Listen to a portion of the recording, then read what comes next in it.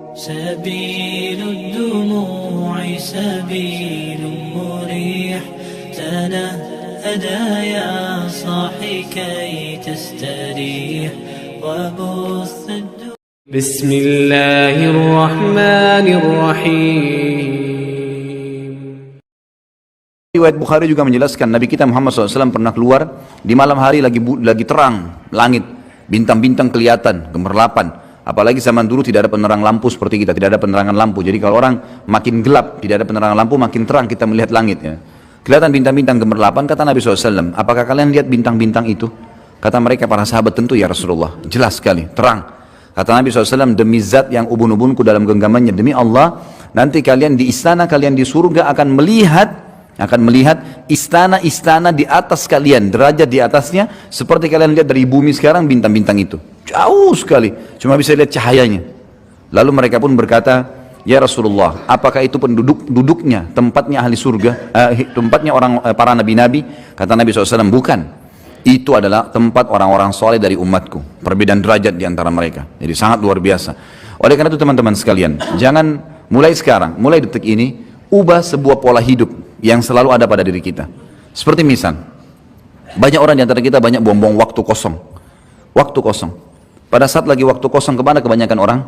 Ke pasar, ke mall, habisin waktu. Berjam-jam habisin waktu di situ. Di mall teman-teman sekalian, di dalam sebuah hadis Bukhari dikatakan syaitan menancapkan bendera perangnya di mall, di pasar. Itu tempatnya. Dan kata Nabi SAW, makin tanda-tanda hari kiamat adalah banyaknya pasar bersebelahan. Banyak. Antum bukan tidak boleh masuk pasar, boleh masuk pasar. Tapi bukan program hidup. Jangan begitu weekend lagi libur, Sabtu Ahad, antum masukkan habisin waktu di sana. Teman-teman sekalian, coba renungi apa yang saya bilang ini. Mudah-mudahan kita bisa ambil pelajaran dari situ. Kalau weekend pun kita lagi tidak bisa, kita lagi liburan, Sabtu Ahad misalnya, kita lagi ada waktu lowong, gunakan, coba ubah sekarang pola pikirnya. Hiburan itu bukan mall, hiburan itu bukan pantai, hiburan itu bukan kolam renang. Hiburan itu bukan jalan menghabiskan waktu ke sana sini, buang-buang waktu. Tapi hiburan itu teman-teman sekalian adalah majelis ilmu. Hiburan yang sebenarnya adalah masjid. Hiburan sebenarnya pergi ke rumah anak yatim. Coba begini, teman-teman yang punya anak kecil, coba praktekin deh. Yang selama ini kita tanamkan pada jiwa anak-anak kita kebanyakan adalah habisin waktu pada saat liburan sekolah di mall, di kolam renang. Kadang-kadang bahkan ada di pintu-pintu kolam renang, kita temukan ikhwah yang berjenggot, akhwatnya pakai jilbab besar, ngantar anaknya ke dalam kolam renang. Di dalam satu kolam renang semuanya telanjang. Kalau azabnya Allah turun, kena nggak dia? Dan yang paling masalah adalah bagaimana kita menanamkan pendidikan itu pada anak-anak. Dia akan tertanam di benaknya, oh kalau saya liburan kolam renang, oh kalau saya liburan ke mall. Daripada antum habisin uang 1 juta, 2 juta, banyak orang begitu saya temukan, habisin sejuta hanya mainin anak-anaknya, mainan putar-putar, ngeng ribut. Sebentar naik ayah mau ini, ibu mau ini, gonta-ganti itu, habis percuma. Coba pakai pola ini. Uang yang 1 juta yang antum gunakan untuk habisin waktu tamasya, coba beli beras setengah kilo, bungkusin, bawa anak-anak di mobil, di kendaraan antum lalu bilang, nah ayah sama ibu mau bawa kamu ke tempat yang paling menyenangkan. Apa itu ayah? Apa itu bu? Mall? Nanti lihat aja sendiri. Bawa ke panti asuhan. Begitu masuk parkir panti asuhan, mereka akan tanya, apa ini? Nanti kamu akan tahu nak, turun, jangan buru-buru. Masuk, sampaikan kepada ketua panti asuhan, saya lagi bawa bantuan buat anak-anak yatim di sini, dan saya mau didik anak saya supaya membagikan makanan kepada mereka. Tolong dikumpulin semua, kumpulin. Kemudian bilang, nak, tunjuk, ini anak-anak yatim sekarang. Yatim itu artinya tidak ada ayahnya. Lihat bagaimana ngumpul mereka di satu tempat seperti ini, makanan pun mereka makan rame-rame, mereka tidak bisa minta lebih kalau sudah habis. Orang tuanya nggak ada. Kalian sekarang masih punya ayah, masih punya ibu, ada pengen makanan tinggal buka kulkas, tinggal minta. Ini lihat orang-orang susah sekarang. Lalu kemudian ini ayah dan ibu sudah siapin bagian-bagian ini, paket, kalian yang bagiin, suruh bagiin. Bagiin ke anak-anak yatim itu, biar mereka bagi ke anak-anak yatim itu. Kemudian suruh anak-anak yatim itu cerita, bagaimana rasanya tidak punya ayah, bagaimana rasanya tidak punya ibu. Dengan bahasa mereka, anak yatim kepada anak-anak kita. Saya jamin teman-teman sekalian, setelah pulang dari situ anak antum jadi orang baik sampai mati. Karena program hidupnya sekarang adalah bantu orang susah. Ada teman saya, sampai sekarang, subhanallah, dia jalankan setiap minggu. Setiap minggu, begitu anaknya sudah libur Sabtu Ahad, masuk ke pelosok-pelosok Jawa Tengah, Jawa Barat, Jawa Tengah, sampai ke Jawa Timur. Naik mobil, sekeluarga, dia, istrinya sama anak-anaknya saja. Bawa paket beras, gula, setiap minggu.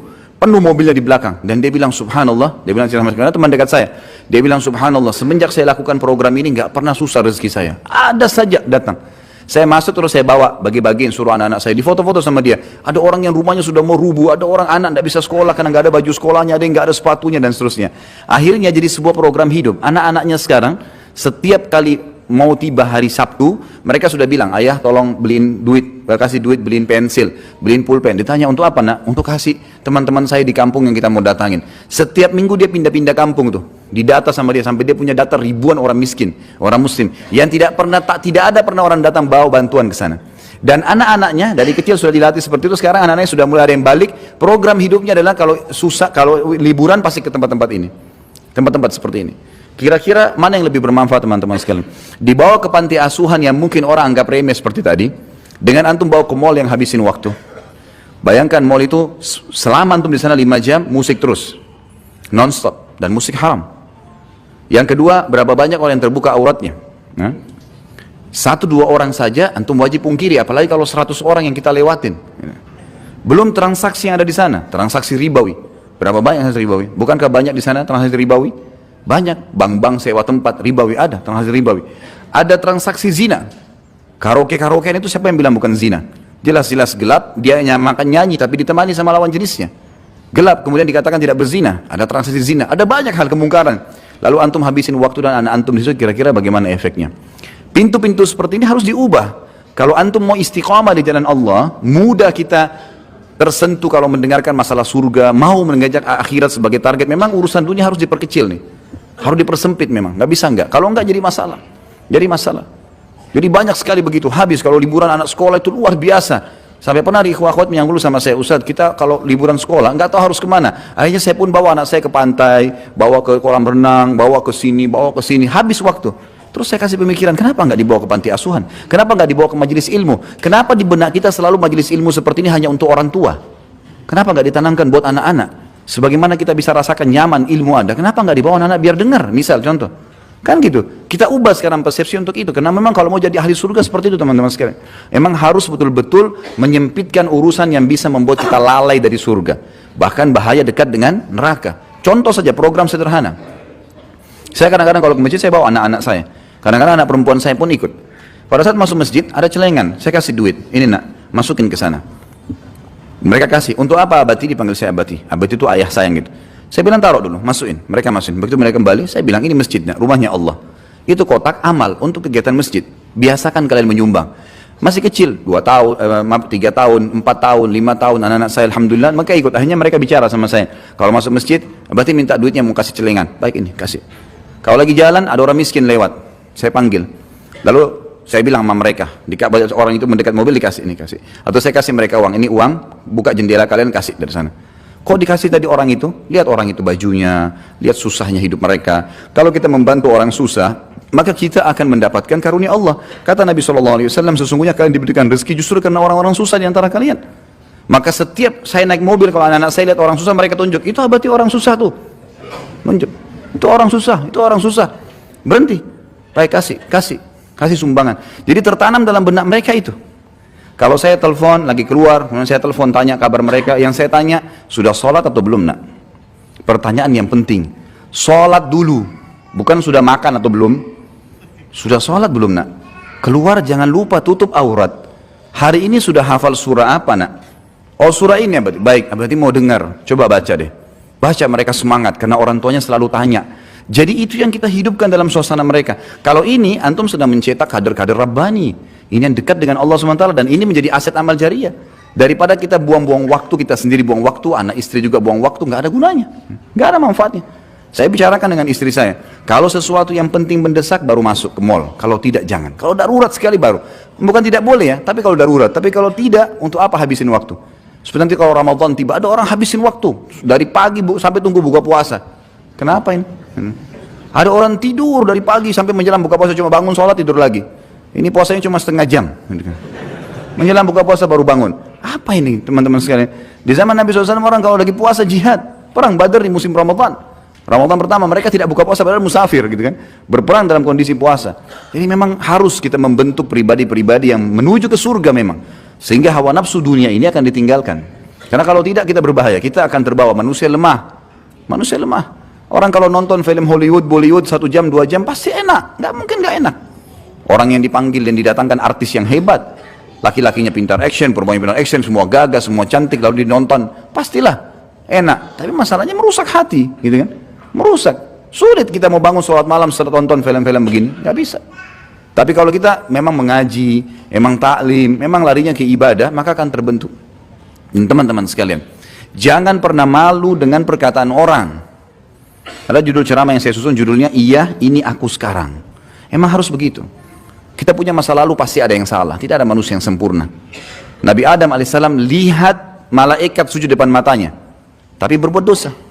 Cuma orang mukmin buat dosa, tahu salah tidak diulangin, itu yang benar. Bukan dia sudah tahu salah lalu diulangin, ini berbahaya, gitu kan? Ini sudah masuk dalam perbuatan mungkar yang berbahaya, bisa jadi istidraj, bisa sampai pada tingkatan azabnya Allah di situ. Nabi Musa alaihissalam pernah buat salah, Nabi Yunus alaihissalam pernah buat salah, gitu kan? Mereka punya berbuat salah. Umar bin Khattab adalah orang yang paling benci Islam sebelum Islam. Kita tidak lihat masa lalunya, yang dilihat masa sekarangnya, gitu kan? Akhirnya setelah dia masuk Islam, dia orang yang paling tegas terhadap orang kafir. Pada saat dia sebelum masuk Islam, dia peminum khamr. Pada saat masuk Islam, dia yang menjadi penyebab turunnya ayat pengharaman khamr. Tiap hari berdoa, ya Allah haramkan minuman ini buat kami, haramkan buat kami. Padahal kemarin pecandu besar. Orang lihat masa sekarang.